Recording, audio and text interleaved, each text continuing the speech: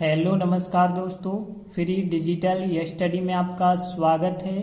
आप पढ़ रहे हैं कक्षा 12वीं एनसीईआरटी गणित, जिसमें आप अध्याय 1 संबंध एवं फलन की प्रश्नावली 1.3 पढ़ रहे थे। तो देखते हैं, हम उदाहरण 23वां क्वेश्चन करने वाले हैं। तो देखिए, क्वेश्चन दिया गया है, मान लीजिए कोई फलन एफ हो एन से प्राकृत संख्याओं से एक वाई समुच्चय पर है, और जो एन तो होती है प्राकृत संख्या, वाई समुच्चय क्या है, तो वाई समुच्चय को नीचे बताया गया है कि यदि आप यहाँ x का मान रखते हैं प्राकृत संख्याओं से, तो जो आंसर निकल के आता है वो है y।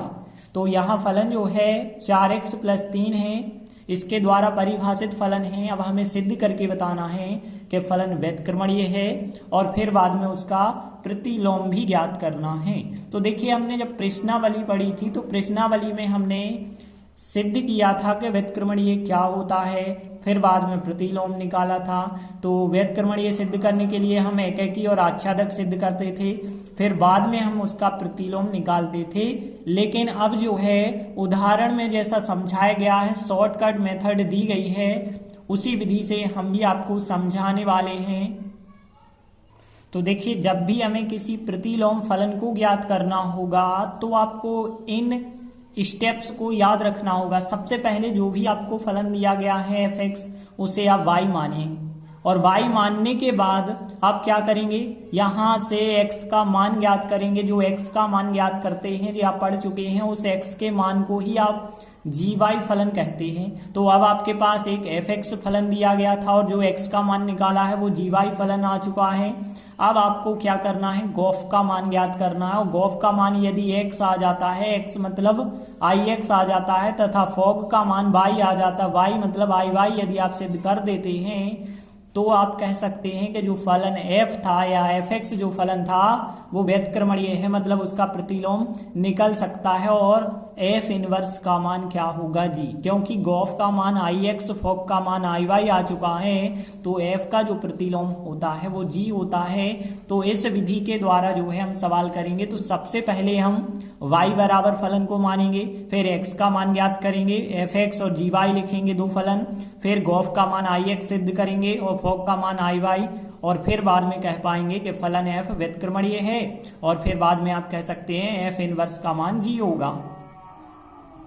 तो देखिए, सबसे पहले आपको जो फलन दिया गया है उसे y के इक्वल मान के चलना है। तो देखिए, हम y बराबर मान के चलते हैं, यहाँ पे 4x + 3 मान के चलते हैं। देखिए, जो आपका f(x) है, पहले आप उस f(x) को y मान के चलेंगे और लिख सकते हैं, जहाँ पे जो y होगा, y का मान जो है किसके अंतर्गत आता है, जो सहप्रांत होता है उसके अंतर्गत आता है। तो y का मान कैपिटल Y के अंतर्गत आता है। अब देखिए, यदि आप यहाँ से x का मान निकालते हैं तो क्या आएगा, देखिए y - 3 बराबर 4x होगा, और फिर आप ऐसा भी कह सकते हैं कि y - 3/4 बराबर हो जाएगा x। तो x का मान हमने निकाला है, और x का मान आप लिख सकते हैं कि जहाँ पे जो x है वो प्रांत के अंतर्गत आता है, और प्रांत यहाँ पे क्या है, n मतलब प्राकृत संख्या के अंतर्गत होगा x का मान। तो देखिए, अब आपके पास x और y दोनों हो चुके हैं। तो अब हमने बताया था, अब हम लिख सकते हैं कि एक फलन हमारे पास f(x) था, और f(x) फलन कितना था, 4x + 3 था, तो 4x + 3 लिखा, तथा आपके पास एक gy फलन यहाँ पे जो बन जाता है, जो x का मान होता है उसे आप gy फलन मान सकते हैं। तो मान के चले इसे हम gy फलन मान लेते हैं। तो gy फलन क्या है, y - 3/4 है। अब हमने बताया था, अब आपको क्या सिद्ध करना होगा, तो अब हम सिद्ध करते हैं, गॉफ का मान ix होता है और फॉग का मान iy होता है। तो गॉफ का मान निकालेंगे, और गॉफ का मतलब होता है कि हम गॉफ x निकालने वाले हैं, क्योंकि यहाँ f जो है फलन वो x के रूप में है, इस वजह से हम गॉफ x ही निकाल सकते हैं, गॉफ y नहीं निकाल सकते हैं, क्योंकि लास्ट में f है और f जो है x के रूप में है। तो यहाँ x ही आप रख पाएंगे। देखिए, g o का मतलब होता है कोष्टक ऑफ, और बाकी बचा होगा f(x). तो देखिए, अब हम g f(x) का मान निकालेंगे, क्या होता है। तो देखिए, हमने g लिखा और f(x) के स्थान पे f(x) का मान लिख दिया है, और f(x) का मान कितना है, 4x + 3 रखा है।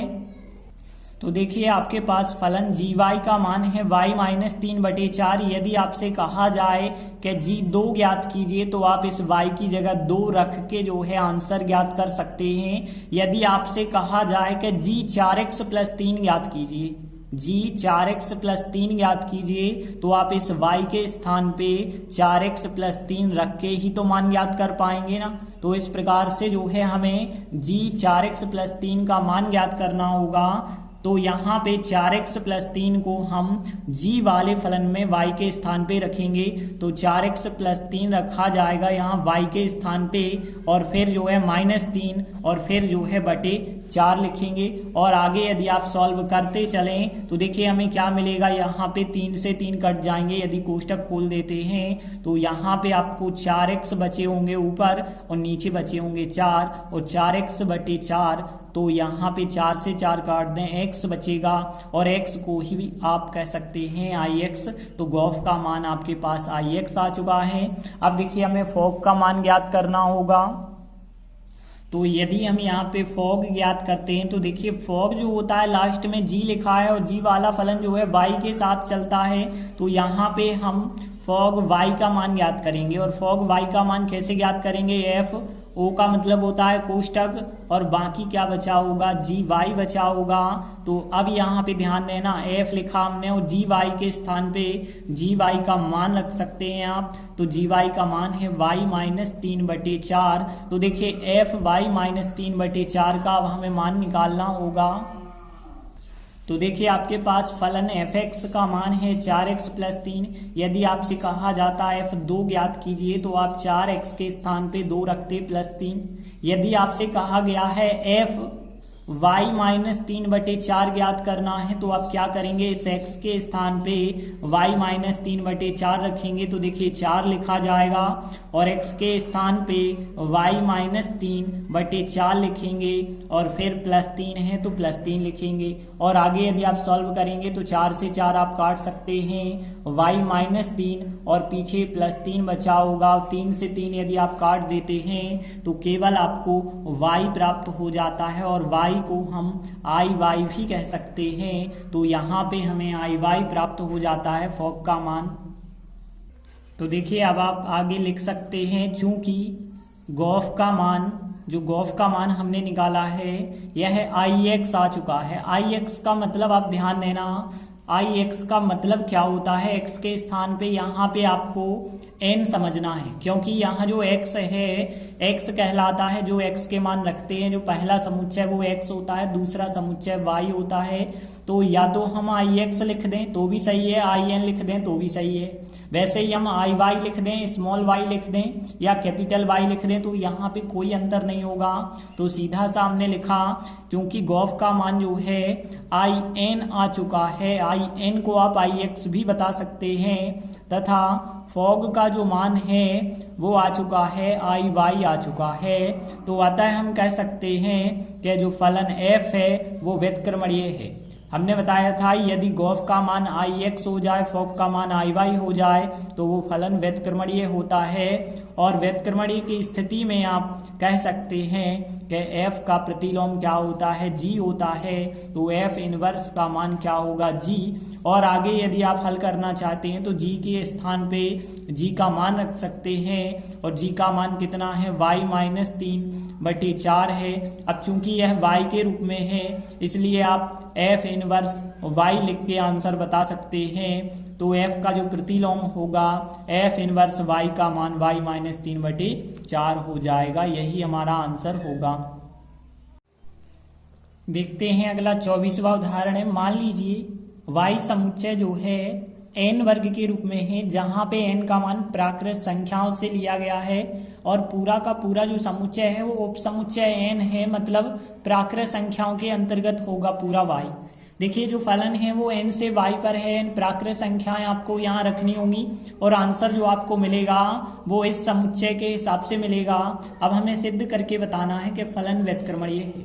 तो कैसे हम सिद्ध करते हैं, जैसा हमने पिछले सवाल में आपको बताया, सबसे पहले तो जो फलन आपका fx होता है उसे y मानते हैं। अब fx तो है नहीं, तो जो फलन आपका fn है इस fn फलन को y के बराबर मान के चलेंगे। तो हमने लिखा माना y बराबर n वर्ग। ठीक है, जो fn है उसे आपको y मान लेना है और लिख भी देना है कि y जो हमने लिया है वो किसके अंतर्गत आता है, सह प्रांत के अंतर्गत आता है और सह प्रांत को कैपिटल Y के द्वारा दर्शाया गया है।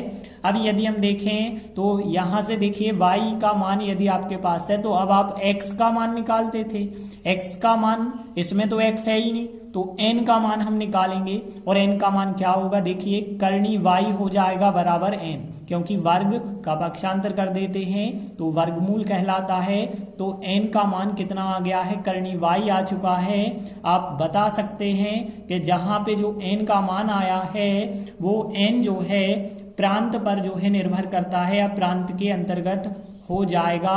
तो देखिए अब आपके पास ध्यान देना, अब आपके पास दो फलन हो चुके होंगे, एक फलन fx कहलाता था और fx ना होके आपके पास fn फलन है जो कि n वर्ग है, तथा दूसरा फलन जो है आपका gy कहलाता था। तो देखिए gy फलन मतलब n का जो मान होगा करनी y। तो देखिए दो फलन होना जरूरी है, एक फलन fx होता है और एक फलन gy होता है। लेकिन ध्यान देना fx के स्थान पे fn चल रहा है और gy जो होता है, जो x का मान होता था, जो n का मान होगा उसे ही हम gy कहेंगे। और हम लिख सकते हैं जो फलन fn n वर्ग है, ये फलन जो है यहाँ पे n समुच्चय से y समुच्चय पर है और g फलन इसका उल्टा होता है, y से n पर होगा। अब देखिए अब हम क्या ज्ञात करते हैं, यहाँ पे गॉफ का मान ज्ञात करेंगे तो गॉफ x निकालते हैं, लेकिन यहाँ पे ध्यान देना x तो है ही नहीं तो आपको n निकालना पड़ेगा, फिर गॉफ n निकालना पड़ेगा। और गॉफ n हम कैसे निकालेंगे, गॉफ n यदि हमें निकालना है तो o का मतलब कोष्टक होता है, o का मतलब कोष्टक और बाकी क्या बचा होगा, fn बचा होगा। तो देखिए g लिखा, fn का मान यदि हम देखें तो fn का मान कितना है, n वर्ग है। अब देखा जाए तो gn वर्ग, तो देखिए gy का मान जो करनी y है, करनी y के स्थान पे n वर्ग रखेंगे। तो यहाँ पे देखिए आपके पास gy का मान करनी y है, यदि हमने कहा g2 ज्ञात कीजिए तो आप करनी 2 ज्ञात करेंगे, लेकिन अब हमने कहा gn वर्ग ज्ञात कीजिए तो आप y के स्थान पे n वर्ग रखेंगे। तो यहाँ पे करनी n वर्ग आएगा और वर्ग से वर्गमूल कट जाएगा तो n आपको प्राप्त हो जाएगा। n देखिए यहाँ पे हम कह सकते हैं गॉफ का मान जो है ix आ जाता है, हमने बताया था, लेकिन ix कहना चाहते हैं तो ix भी आप कह सकते हैं। तो यहाँ पे हम इसे ix कह दें तो भी सही है, या फिर हम कह दें कि गॉफ का मान जो है यहाँ पे x जो है वो n के अंतर्गत आता है, तो गॉफ का जो मान है वो in आ चुका है।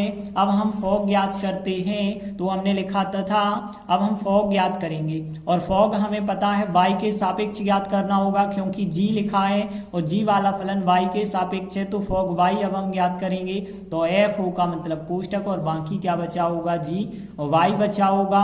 और देखा जाए तो f लिखा हमने gy के स्थान पे gy का मान रख दें तो gy का मान करनी y है। अब देखिए f करनी y का मान आप निकालेंगे तो कैसे निकलेगा, तो देख सकते हैं यहाँ पे यदि हम देखें fn का मान n वर्ग है। अब आपसे कहा गया है f जैसे हम 2 कहते तो आप 2 का वर्ग, लेकिन हमने कहा f करनी y ज्ञात कीजिए तो आप इस n की जगह करनी y रखेंगे और फिर वर्ग करेंगे। तो n की जगह हमने करनी y रखा, फिर वर्ग किया तो वर्ग वर्गमूल कट जाएगा, y प्राप्त होगा। y को आप i भी कह सकते हैं, या फिर जो है इसे देखिए y जो है कैपिटल Y के अंतर्गत आता है, तो इस वजह से आप कह सकते हैं कि फॉग का मान जो है y के बराबर हो जाएगा।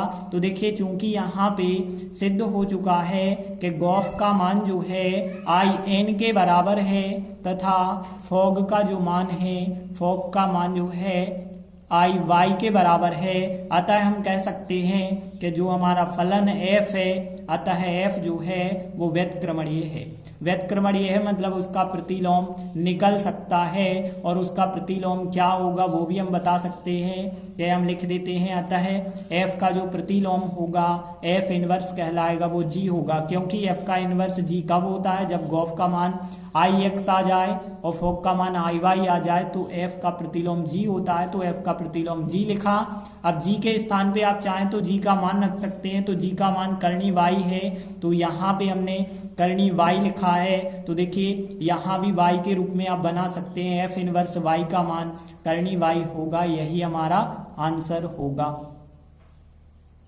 तो इस प्रकार से हमने दो महत्वपूर्ण उदाहरण किए। आगे के वीडियो में हम आगे के उदाहरण करेंगे। धन्यवाद।